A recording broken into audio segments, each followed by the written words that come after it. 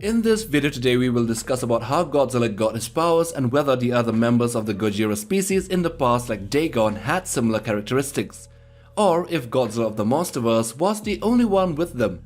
We all know that the Big G wasn't the only one of his kind but was a part of a bigger super species, but he is the last member of his kind due to the fact that many of the others had been killed in a war with the Kongs or the Mutos. So did the present Godzilla survive due to his unique powers, and that the others died due to the lack of them?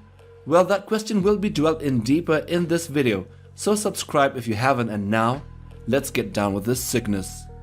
So firstly, let's start with what are Godzilla's powers. Though technically a reptile and not an amphibian, Godzilla has an amphibious lifestyle however. He spends half of his life in water and the other on underground layers or on land, which makes him an adept combatant in both environments. A bionuclear circulatory system gives Godzilla his strength. The neutron flux is generated when Godzilla is threatened, and it travels up the dorsal spines to the nucleosynthetic chambers in his throat where it explodes into his atomic breath. Godzilla feeds on nuclear radiation and can sustain himself for millions of years at a time by absorbing geothermal radiation from the Earth's core or maybe from the hollow Earth. This nuclear biology of his gives him the signature powers that he utilizes in battle against other titans. In Godzilla 2014, Godzilla's atomic breath was more of a focused, fiery shaped energy beam that Godzilla spews out like a dragon. In Godzilla Awakening and Godzilla King of the Monsters, Godzilla's atomic breath is far more powerful and intense and seems to be like a beam-like in appearance, implying that his breath is not at full power in Godzilla 2014 and can even be stronger when he is in better conditions. In Godzilla vs. Kong, Godzilla's breath has grown even more powerful to the point that it can bore a hole to the hollow Earth. Then we also have his thermonuclear pulse, which is like a controlled nuclear explosion that can vaporize anything in the blast radius. So how did he get his powers? Since the very first incarnation of Godzilla in 1954, the Big G has had the ability to shoot out his atomic breath, and it comes out naturally for him. But in the MonsterVerse, there is a story from the Iwi people on how the Big G got these powers, and this turned him evil. So the story goes like this. In the novelization of Godzilla vs. Kong, there was a conversation between Ilene Andrews and Jia regarding Kong and their history. Although she was deaf, she could still tell the tale passed down by her people through thousands of years, through sign language and also spelling out phonetically, that is just speaking out without knowing what sound comes out from your mouth, basically. And it all revolves around an ancient eternal enemy which they call the Godzilla halawa, which is bad lizard, which means that the name is also a reference to Godzilla. Well, the story goes like this. Godzilla halawa lived in the long ago below, like Kong. Like us, he ate a star there and made him evil. He could throw rays of a star out of his mouth and burn things. So it was decided that he could no longer live in the long ago below. Iwi and Kong made bond of friendship, become one people to fight Godzilla halawa. They fought for a long time trying to make him leave, but something went wrong. I think someone broke a taboo.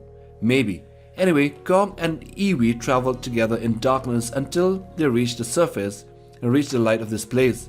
We all left the bad people behind and the Godzilla halawa, with this stomach star too. There was peace for a while, but some monsters followed us, the skull crawlers and some others. And Kong's parents fought them, so did Kong. So we can easily see in this paragraph from the novelization that it was a reference to the ancient fight between Kongs and the Gojiras. So Godzilla had to eat something that gave him his abilities. The atomic breath, which was described as rays of stars shooting out from his mouth. Godzilla became the Alpha Titan as a result of his newfound abilities and began his ascent to the top of the food chain. So will Godzilla get more powers in the sequels if he is ever to make a comeback to the MonsterVerse? Well, there is the spiral heat ray that he hasn't displayed yet, and maybe the flying with the atomic breath and the magnetic abilities? Who knows, maybe?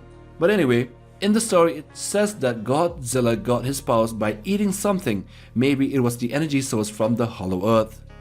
Anyway, what about Dagon and the other Gojiras? As a member of the same species, Dagon shared many physical traits with Godzilla. This includes jagged dorsal plates, a dark core skin, yellow eyes, gills, white feet, a robust head and short forearms, and also a long tail. Dagon faced and fought with the Mutoprime in the year 1100 BCE. The Mutoprime battered Dagon to death, near death, after a brief skirmish, then implanted her eggs into Dagon's stomach lining before burrowing underground. So, if Dagon had the atomic breath and the nuclear pulse, it would have been a longer battle and not just a short fight as described, especially when we saw Godzilla fight with the Mutoprime quite a number of times over the course of 2014 and not just a short fight. And in the end, Godzilla kills the Mutoprime, so this gives us a hint that maybe Dagon and the others did not have the unique powers that Godzilla has. Maybe the Godzilla species, like the other Titan species, had no special powers aside from being super big and durable. This would make sense as the other Titans, even Rodan, had no special beam attacks or flaming breaths. Scylla had liquid nitrogen, but that's just a result of her metabolism. Behemoth gave life because of his poop, and it's just the Mutos that had the EMP, which is said that they developed to counter Godzilla's powers. And this points out to another direction. So what do you think? I'll let you guys decide in the comments section. So subscribe if you haven't, and hit that bell button for regular updates on new monster content right here on MindQ. Till the next one, take care fam.